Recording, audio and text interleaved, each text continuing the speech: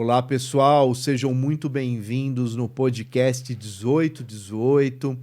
Hoje nós temos um convidado que não é novidade. Ele já esteve aqui em outras oportunidades e hoje ele vai trazer um assunto específico para nós. Já vamos falar sobre isso. Mas antes, eu vou pedir para vocês se inscreverem, deixarem aqui os seus comentários e compartilhar muito o nosso projeto. Pessoal, é muito importante que vocês façam esse compartilhamento e, claro, pedir para as pessoas se inscreverem no canal, divulgar o nosso projeto. Isso é muito importante. Bem, então vamos começar o 1818 de hoje. E eu vou pedir para o Jonathan Tostes se apresentar a vocês. Vamos lá, John. Olá, Marcelo. Agradeço imensamente aí o convite. Meu nome é Jonathan Tostes, eu sou professor de História, também atuo como advogado, mas o meu principal objeto de estudo e objetivo aqui hoje é falar um pouco a respeito de uma outra parte aí da minha vida, que é o estudo sobre os princípios herméticos. Eu venho buscando, alimentando aí o meu espírito com essas informações, esses conhecimentos ao longo já de alguns anos, e acredito que é uma área de saber, não podemos dizer uma ciência, mas uma área de saber que vai muito ao encontro da construção de uma filosofia de vida que está pautada no que acredito ser o ideal, acredito ser a busca enquanto ser humano. Então, ao longo aí da minha profissão, é possível encaixar algumas coisas da filosofia hermética que casam muito bem, tanto na área jurídica, quanto na área também da docência, e também é possível aplicar isso enquanto filosofia de vida para uma boa convivência, uma boa harmonia com você, sua família e, de certa forma, o universo aí que o rodeia. E a ideia é conversar um pouco aqui, então, com o Marcelo Lambert a respeito desses princípios. Muito bem. Pessoal, eu acho que vocês já sabem o que ele vai falar, é sobre uma obra chamada Kybalion. E eu acho que o John, como eu disse, já é da casa, né? Já conhece aqui o nosso podcast, já tem um trabalho bem legal de apoio aqui também. E aí eu gostaria, John, que a gente começasse o nosso programa hoje, como o assunto é específico aqui no Diálogos, né? Eu vou pedir para você, então, fazer uma introdução, né? O que é essa obra, o que é de fato o Kybalion. Tem, assim, muita coisa na internet também falando sobre isso, mas fala para nós o que é essa obra, teoricamente como que ela surgiu, né? Enfim, faça uma boa introdução para nós do que é o Kybalion. Ótimo, ótimo. É difícil trabalhar dentro da linha esotérica, porque você, para quem trabalha com história, tem aí esse peso de ser historiador, de documento histórico ser uma coisa muito importante. Sim. É difícil trabalhar na linha esotérica porque você trabalha dentro de uma série de, vamos dizer assim, princípios que, se levar a rigor científico, você vai carecer de estrutura para poder manter.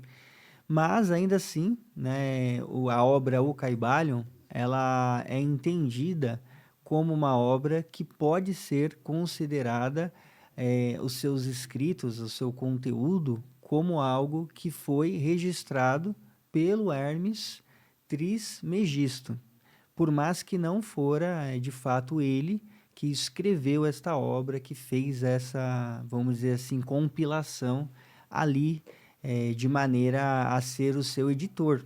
Mas os seus seguidores, os seus discípulos, foram reunindo os conhecimentos que conseguiam adquirir através de seguidores dele e dele próprio em algum momento. E ali esses conhecimentos, então, começaram a ser reunidos de forma a conseguir concentrar, talvez, a essência dos ensinamentos de Hermes. Então, o Kybalion, se a gente pegar ali na estrutura do nome mesmo, do título, tem uma similaridade com a palavra Cabala, que seria uma tentativa de compreender determinados ensinamentos que estão num plano espiritual, e que nós não temos acesso de forma, eu diria que direta. Então, é uma tentativa de traduzir uma linguagem das engrenagens que fazem com que o nosso universo seja do jeito que é. Como diria Platão, né? Nossos olhos não foram feitos para ver a luz, mas apenas aquilo que é iluminado por ela. Então, nós não conseguimos identificar a verdade e a essência das coisas. Nós, muitas vezes, temos que nos contentar em olhar os seus reflexos, né? Que seria aquilo que se apresenta para nós de modo que conseguimos compreender. E o Kybalion é meio que isso. O verdadeiro ensinamento, a verdadeira máxima presente nele, nós talvez nunca vamos conseguir acessar, porque Hermes é uma persona, como vamos falar aqui, que não temos a condição científica de trazer a existência dele e a clareza de quando ele escreveu essa obra e de que forma essa obra chegou até aqui, se ela é fidedigna aos princípios dele ou não. No entanto, o estudo desses princípios são tão grandiosos e universais que, independente de ter a crença da existência física dele, eles continuam válidos. Eu diria aqui, até parafraseando com o Mark Bloch, que não importa realmente se Jesus Cristo existiu, o que importa é a força do cristianismo. Então, a discussão sobre a existência real e física de Jesus tem sua validade. E hoje, né, existem consensos a respeito de que sim. Mesma coisa Sócrates. A existência dele hoje, a ciência caminha mais para o sentido de que sim. Mas mesmo que não fossem personagens reais, não tivessem existido, aquilo que as ideias que repercutem a partir do que eles fizeram são tão grandiosas que ainda assim, mesmo a persona não tendo existido, o livro não tendo sido escrito por ele, as máximas ali descritas continuam sendo válidas. Então, no primeiro momento, apresento o Kybalion como uma obra que é escrita por iniciados de Hermes e não pelo próprio Hermes, e que ali contém uma sabedoria que eles aprenderam com iniciados de iniciados de iniciados desse Hermes, e que esse Hermes em si é uma persona que a gente não pode declarar com certeza que ele existiu.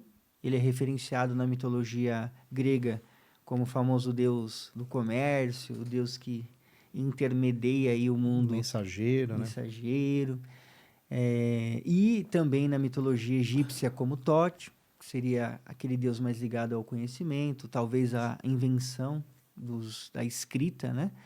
Entre outros, na mitologia mais voltada ali ao mundo arábico, Oriente Médio, aparece outra figura que é o Ídris, e assim vai aparecendo várias pessoas, né, que poderiam se identificar como esse título, talvez assim como um Buda. Hermes seria a condição daquele que consegue traduzir a linguagem do conhecimento universal para algo que seja possível compreender por nós aqui na Terra. Então, acho que é isso que é esse panorama assim da obra. Geral, né? A obra ela é estruturada de qual maneira, John? Ela é apresentada em capítulos, mas como que ela é estruturada? Porque é uma obra que é interessante, ela é muito didática, né? A maneira que ela é organizada. Eu acho que é legal as pessoas escutarem, né? Como que é essa organização estrutural mesmo da obra. Perfeito, perfeito. Eu vejo que o Kybalion consiste em um manual para você conseguir compreender as regras que explicam aquela pergunta universal, que é o que eu estou fazendo aqui. O que rege o universo. O que rege o universo, ou seja, para que eu existo. Muitas vezes essa pergunta universal que ninguém consegue responder claramente, 42, né? Ou alguma outra metáfora aí do Mochileiro das Galáxias, né? É difícil você trazer essa questão em voga e dar conta de trabalhar com ela até você literalmente conseguir satisfazer o telespectador aí, ou o leitor, no caso. E eu acredito que o Kybalion, das obras que conheci, é a que mais chegou próximo disso. É aquela obra que, quando eu comecei a ler, eu consegui ver que ele tocou naquele ponto que, quando toca, todo mundo de certa forma, fica com uma grande incerteza, mas ele satisfez, ele conseguiu esclarecer. Então, a estrutura dela basicamente consiste em explicar primeiro quem foi Hermes, para você entender realmente, né, com quem você está, o que você está lendo, né, quem escreveu aquilo, e depois passa a explicar o universo. Ele vai explicar o universo, primeiro descrevendo aquele que o criou, que é denominado dentro do Kybalion como o todo, com T maiúsculo. Depois, demonstrando para nós que esse todo não pode ser compreendido, ele é incapaz de ser entendido pela mente humana, mas não para por aí, que seria algo extremamente triste se parasse, porque você ficaria naquela aí é fácil, né? Apresenta um Deus e diz que eu não posso compreendê-lo e tudo resolvido. Mas não, ele não para por aí.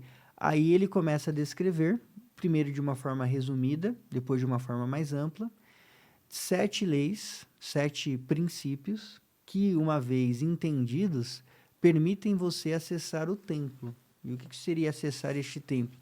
Seria chegar o mais próximo possível dessa verdade. Talvez aí na essência da filosofia, de que a verdade não vai ser obtida. Nós vamos poder ser amigos dela, né? Não podemos ser sábios, mas podemos ser amigos da sabedoria, que é o significado aí da filosofia. Filo de amizade, né? Sofia de conhecimento. Então, o Kybalion, ele te joga essa estrutura. Primeiro, quem escreveu? Depois, o que é esse universo que você está inserido? Quem o criou? E, na sequência, como você pode começar a entendê-lo? E assim como talvez uma Bíblia, é um livro que ler uma vez só não é o objetivo. Ele, a cada vez que você lê, dependendo do estágio que você está, ele se apresenta diferente. Eu diria que ele é quase como uma Mona Lisa ali, que tem aquele meio sorriso e acompanha você. Dependendo da forma como você se encontra ou você está, você tem uma impressão diferente dele. Então, ele é revisitado por mim, assim, né, constantemente. É meio que aquele livro de cabeceira. cabeceira. Tá. Dentro do Kybalion nós temos os princípios, né? Que seria os passos, o caminho, a forma de acessar, a maneira pela qual eu vou atingir algo. São 7 princípios. Perfeito. Né? Fala para todos que estão nos assistindo aqui. Tem gente que eu tenho certeza que já leu o livro e está vendo o nosso programa hoje para acrescentar informação.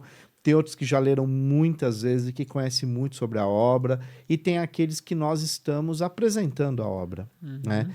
Então, dentro dessa estrutura, né, tem os 7 princípios. Esses princípios, todos eles, é claro que a gente não vai ter tempo, o programa aqui para a gente falar de cada princípio, na verdade seria um episódio para cada princípio e olhe lá. Isso só para apresentar a vocês os princípios. Então, o princípio 1 é esse, é um episódio, é só uma apresentação. Porque, como bem disse o John, o princípio ele é muito profundo e dependendo do momento de vida que você está, você também tem, você é atingido de forma diferente, né? Perfeito. Mas para a gente poder levar a compreensão, né, da apresentação da obra, que é o objetivo de hoje, depois a gente pode até aprofundar, vamos pegar o princípio 1, o primeiro, o segundo, e vamos trabalhar aqui, mas enfim, quais são os 7 princípios? Ótimo, Né, que o Kybalion apresenta. Então vamos lá, pela estrutura da obra, do primeiro até o 7º. Vamos lá. Bom, a obra ela começa jogando para você que esses princípios, por mais que eles estão estabelecidos em ordem, não necessariamente Sim. você vai trabalhar com eles de uma forma cronológica. Mas eu prefiro da forma cronológica. Por quê? Porque existe até um certo sentido matemático em que, como se fosse uma escadaria, como o próprio Hermes registra na obra, ou seus seguidores, uma escadaria em espiral, até você conseguir fazer um processo de evolução em que você atinja um nível em que você ascensione, em que você saia deste plano e vá conseguir ter um maior contato com o todo, que seria este Criador. Então, primeiro, você tem um princípio que é chamado de mentalismo, em que você compreende que tudo que está à nossa volta é mental, então o universo é mental, tudo é composto por uma energia que se produz de forma que é mais similar à nossa capacidade chamada de imaginação. Depois, nós temos a correspondência, que é um princípio que vai demonstrar que, da mesma forma que a nossa realidade aqui posta se dá numa forma micro, existe ela de uma forma macro, que está em uma determinada, eu diria que, em um determinado plano em que acontece por correspondência, por analogia, da mesma forma que está aqui, que é a máxima de que o que está em cima é como o que está embaixo, e o que está embaixo é como o que está em cima. Depois nós temos a vibração, que determina a ideia de que tudo vibra, nada está parado. Isso dialoga perfeitamente com a mais moderna aí, física quântica, em que se entende essa irrealidade que vemos dos objetos estarem parados e de nós, de alguma forma, estarmos estáticos, né? Essa vibração, eu diria que ela está sendo compreendida da mesma forma como a esfericidade da Terra. Por muito tempo, o ser humano desconhecia essa possibilidade e aí tomou esse conhecimento. A ideia de que tudo está em movimento está cada vez mais sendo compreendida por nós. Já é admitido, né? Mas cada vez mais estamos descobrindo as nuances, né? desse movimento. Partícula de Deus, e aí por aí vai. Na sequência, nós temos a ideia de que é chamado de polaridade, em que nós vamos trabalhar com opostos que são necessariamente distantes, mas ao mesmo tempo, quanto mais distante, mais próximo está. Por exemplo, não se pode odiar aquilo que você não tem um profundo sentimento semelhante ao que seria o amor. Então, ódio e o amor são polos distantes, mas ainda assim estão muito próximos. Também vai trabalhar com a ideia do ritmo que você precisa para poder compreender como que você vai transmutar a realidade.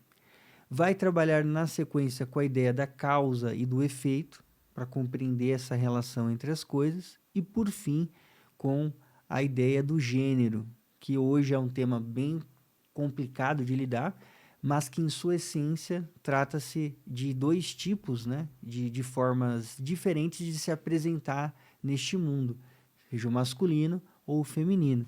Não necessariamente atrelado ao conceito que temos hoje, mas de uma forma muito mais ampla e, ao mesmo tempo, muito mais simples. Então, seria essa trajetória que a pessoa que lê a obra, né, vai tomando conhecimento dos princípios. E é claro que cada um deles tem a sua máxima e uma explicação para você conseguir entendê-lo. Agora, dominá-lo é uma outra história, né? Porque é possível a gente explicar os princípios, mas a dominação consiste na prática. E aí, como a própria obra diz, né, os lábios da sabedoria estão aptos àqueles que têm os ouvidos do entendimento. Então, às vezes, você lê aquilo, mas não necessariamente consegue entender e muito menos praticar, que é, eu acredito, a principal coisa dele, né? Dessa obra. Tá. Agora, Jonathan, diante desse cenário, né, que a gente está discutindo aqui, que é uma obra, na verdade, né, que é o Kybalion, vamos pensar um pouco o mundo que a gente está vivendo hoje, né? Até dentro de uma visão mais da sociologia do que qualquer outra coisa. Você acha que esta obra, mesmo sendo atemporal, né, uma coisa que a gente não consegue nem, como você disse lá no início, nós historiadores a gente depende de fonte, né, para poder... são provas, né? Mesmo sendo um livro que carece de uma série de questões aí para autenticá-lo, né, de certa forma, ele é muito, ao mesmo tempo, ele é muito contemporâneo, como ele foi contemporâneo no século XVIII, como ele foi contemporâneo no século XX, aquilo que ele traz de essência, né? Para o mundo de hoje, para as relações sociais, para as tensões, para as dialéticas e etc., onde você acha que o conteúdo dessa obra se aplica hoje? Como que você... É complexo, eu sei que não é fácil, mas como que você enxerga a relação da obra, aquilo que ela traz para o mundo de hoje? Perfeito. Bom, o primeiro ponto que eu acho que é o que mais vai ao encontro, né, desta questão, seria o que diz respeito à nossa capacidade de projetar os nossos desejos sobre o mundo. Nós vemos um tempo em que muitas coisas que acontecem estão vinculadas fortemente com uma espécie de frenesi, de desejo dessa população de não compreender o porquê tantas mazelas, tantas coisas nos afligem. Tanto questões ambientais que estamos vendo, questões políticas, né, questões que estão vinculadas a uma série de estruturas que muitas vezes a gente não compreende o porquê que aquilo está acontecendo daquela maneira. E a gente busca justificar esses acontecimentos por vários, vamos dizer assim, caminhos. Podemos justificar pela questão do capitalismo, podemos justificar pela questão da cultura. E dentro da obra, quando a gente começa a se deparar com os princípios e da força do nosso mental, a obra demonstra que a realidade que nos cerca, ela é grande parte, ela é uma consequência da nossa projeção mental sobre o mundo, intencional e não intencional. Então, acho que nos dias de hoje, uma compreensão disso é essencial para nós conseguirmos trabalhar com o princípio, né, da consciência do que você está projetando para o mundo e talvez de como você pode mudar o seu mundo e o mundo do próximo, projetando para ele coisas que sejam melhores, que na obra é entendido como vibrações que estão mais ao encontro das leis superiores. Então, isso nas mãos de um coach, nas mãos de uma pessoa que está buscando uma ascensão, seja ela qual for, é um prato cheio. Porque literalmente ele dota, ele permite que o usuário, e a própria obra traz isso na estrutura dela, consiga se tornar senhor de si mesmo. E consiga, se tiver aí a capacidade de compreender, proezas que seriam similares para nós a deuses perante os homens. Então, ele vai lhe dar poderes para que você possa transformar a realidade que o cerca. E aí que eu acho que a obra entra no contexto atual. Então, estamos descontentes com a nossa política, estamos descontentes com a nossa questão econômica, com a nossa questão climática, ambiental. E esses descontentamentos todos, para quem a gente joga a responsabilidade disso? A princípio, políticos, burgueses, sistema capitalista, quem é o culpado disso? A obra ela permite que você transforme isso através do seu poder mental. Só a primeira lei já permite você compreender isso. Sim. Uma coisa que você está falando, eu estou prestando atenção naquilo que você está dizendo, e o próprio livro, né, o Kybalion, ele poucas pessoas falavam, porque a circulação dele era muito pequena. Isso no século passado, né? Ele era pouco falado, eram grupos muito fechados que falavam sobre a obra, era muito restrito, era uma área do conhecimento assim de interesse, né, muito fechada. Na virada para o século XXI, que veio aí todo esse boom esotérico, místico, e também esse novo tempo de se discutir espiritualidade de forma mais autônoma, e não necessariamente vinculada a uma instituição religiosa, eu comecei a perceber esse livro mais divulgado e ele já com uma nova roupagem, inclusive nas livrarias, né? E algumas pessoas se apropriando da obra para alguns trabalhos também dentro dessa ideia mais do treinamento, e enfim. Nós não estamos aqui para criticar ninguém, né? Mas que, infelizmente, né, a gente vê uma distorção muito grande da obra, a gente vê. E, infelizmente, muita gente usando da obra para criar recursos de manipulação, né? Porque ela traz como que eu posso dizer? Como você disse lá, é um manual que pode também construir essa possibilidade, né? Sim. Então é importante na leitura, né, a pessoa entender que uma primeira leitura é só uma impressão inicial da obra. E é um trabalho que leva tempo de compreensão, né? E que, por vezes, é bom também uma orientação para poder buscar um crescimento dentro daquilo que a obra propõe, né?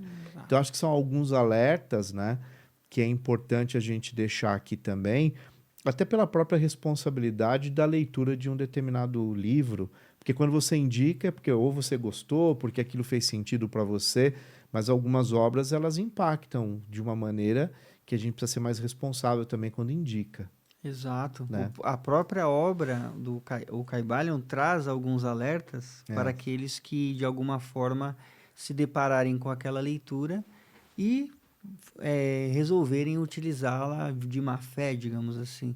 Ele fala que aqueles que não conseguem, né, compreender essas leis aqui empregadas ou que as usam de uma forma incorreta, indevida, vão se literalmente destruir, se despedaçar contra as rochas, como ele coloca lá em uma das partes. E aqueles que conseguem compreender ali terão a si atribuídos poderes que serão similares a de deuses perante os homens. Então ele coloca tanto o alerta para aquele que usa isso sem entender de fato o que ele está fazendo com aquilo, quanto uma espécie de recompensa para aquele que devidamente conseguir entender o que está escrito ali. E obviamente que a sua capacidade de usar aquilo vai ser neutra, né? Não vou dizer que os princípios herméticos só conseguem ser usados para o bem. Eles estão além do bem e do mal. Eles estão acima do que nós entendemos como conceito de bem e de mal. Então, eles atendem ao que é chamado de uma bondade suprema, mas não no conceito de bondade moral que temos aqui.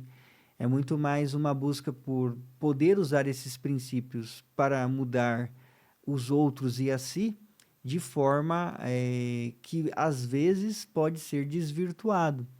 E os perigos desse desvirtuamento vai literalmente se chocar com você ao longo de sua estrutura de vida, que não consiste apenas na vida terrena, neste plano, mas em outras que podem estar por vir. Então, dependendo da forma como você usar, as punições nem sempre virão neste momento, né? Elas podem acontecer em outras etapas aí, encarnações, entre outras coisas, que a própria obra entende como possível, né? tá.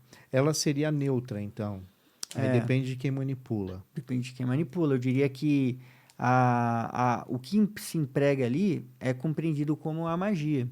E esta magia, que seria essa tentativa de entender as engrenagens que movem o universo, ela não está suscetível a um desejo que pode, de alguma forma, ser, eu diria que, não correspondido. Porque se esse ser denominado tudo, ele precisasse que você fosse alguma coisa para que ele pudesse ser o que ele seria um ser contingente, no sentido de que ele precisaria de algo para poder ser o que é. E ele, então, não poderia ser entendido como perfeito, logo ele não poderia ser o todo. Então, ele não necessita de nós fazermos ou não fazermos, ele não coloca essa dualidade ou esse maniqueísmo. Ele vai diretamente entender que a nossa existência não afeta a existência desse ser chamado todo. E o primeiro destaque que eu acho interessante disso, que é o primeiro que conseguiu, a primeira obra, eu diria, que conseguiu mostrar esse conceito, que até mesmo acredito que o cristianismo, a Bíblia, não consegue trazer isso de uma forma muito clara. Se Deus cria o nosso mundo, produz o nosso mundo como uma criação, este mundo está apartado dele. Ele não faz parte de Deus. E uma vez que ele não faz parte, este Deus já não seria mais perfeito. Ele já não seria mais entendido como tudo o que existe, porque existe algo que está à parte dele.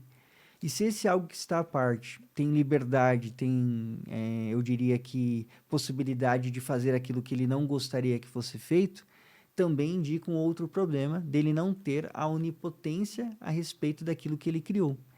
Na obra O Caibalion, quando vai tratar desse tema, ele diz como seria possível que o todo criasse o mundo sem que o todo deixasse de ser o todo. E aí a explicação é da mesma forma como nós, quando imaginamos algo.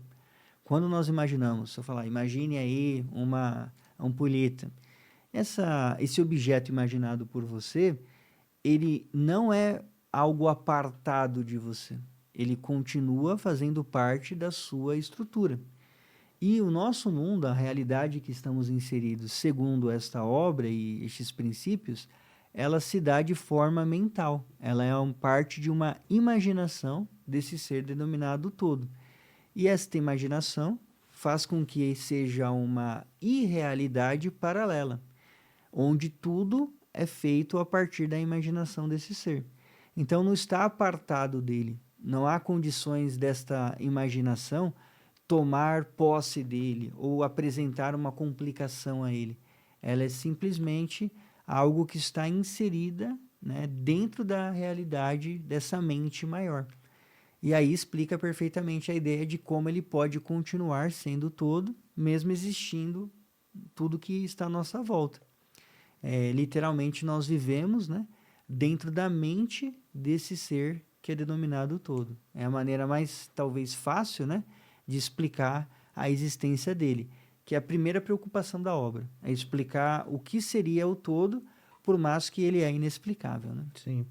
Agora, você vê a obra indo ao encontro de alguma religião ou você sente a obra como extremamente autônoma dentro, estou falando, das instituições que a gente conhece, Tá. né?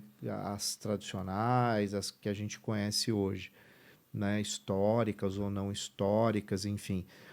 Você vê a obra como uma obra extremamente independente de qualquer ramificação religiosa, ou você acha que ela se encaixa em alguma doutrina religiosa, de alguma instituição formal que a gente conhece hoje?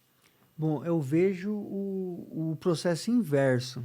Por exemplo, é muito tranquilo até você conseguir encaixar alguns princípios de outras religiões dentro da estrutura do Caibalion. Tá. O contrário, aí eu realmente não conseguiria visualizar. Então, por exemplo, é possível pegar passagens bíblicas, pegar a oração do Pai Nosso e conseguir visualizar dentro da estrutura dela os princípios herméticos. Claro que com guardadas as devidas proporções, me parece que a própria pessoa que escreveu aquele conteúdo da Bíblia ou as pessoas que o fizeram tinham, de alguma forma, bebido nessa fonte que é o Caibalion. Tinham, de alguma maneira, se deparado com esses princípios, porque há muitas similaridades. E, de certa forma, limitações que encontramos nelas, nessas obras ou doutrinas, que o Caibalion expande esse assunto de uma forma assim a até fazer com que tenha mais sentido depois dele lido.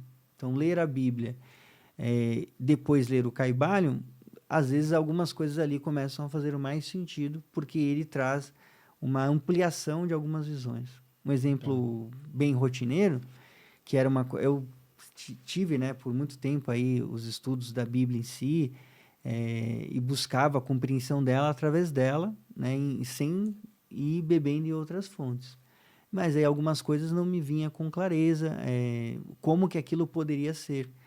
E aí, uma vez com essa obra, algumas coisas foram, né, aparecendo, foram conseguindo me fazer entender mais. Mas, por exemplo, um princípio básico que Jesus traz a respeito de se você tiver fé do tamanho de um grão de mostarda, pode dizer aquele monte, sai daqui, vá para acolá e ele irá lhe obedecer, está inserido dentro da ideia da fé, essa fé, né, dentro do princípio do mentalismo também.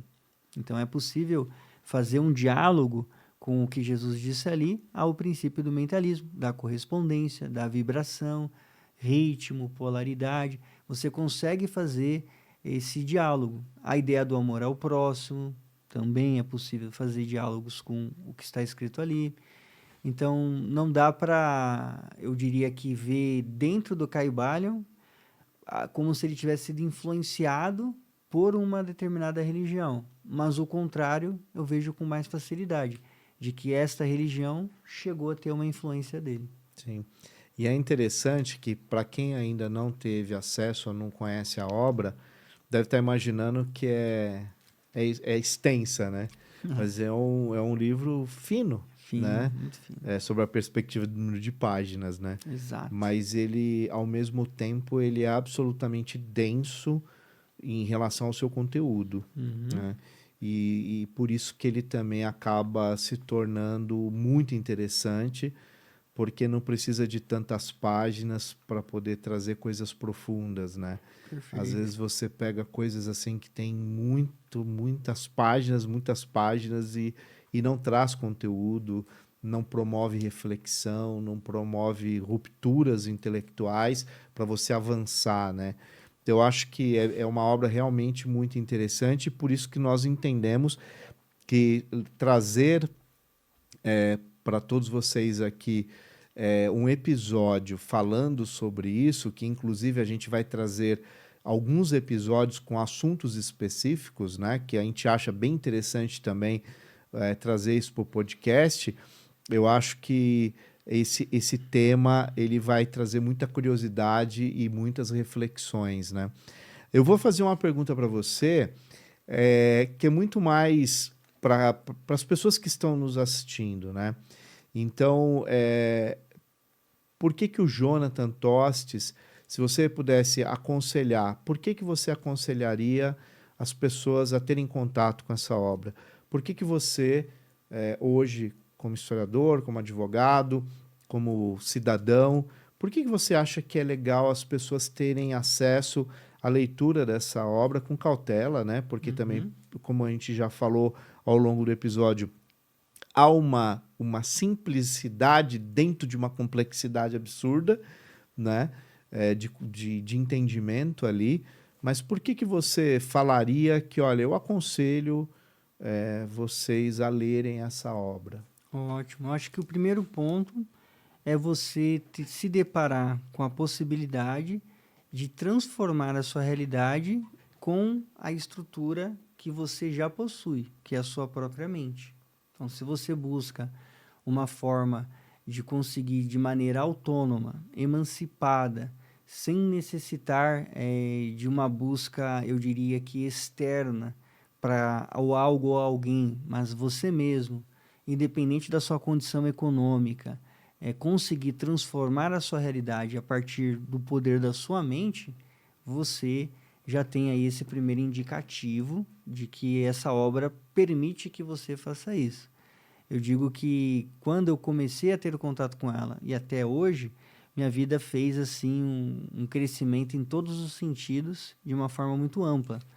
E é algo assim que não tem como não reconhecer. É uma coisa que você vai sentir a sua vida sendo transformada pelo potencial ali daquelas palavras.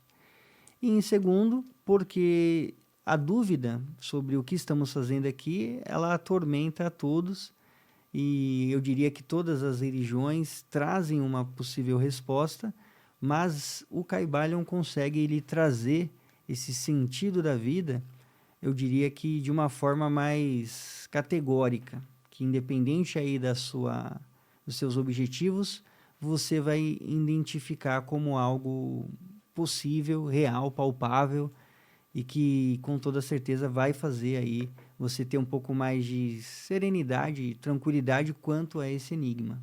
Acho que são os dois principais pontos da obra. Falando sobre Enigma, já infelizmente caminhando para o final do nosso podcast de hoje, fale e mostre a sua obra, John. Boa.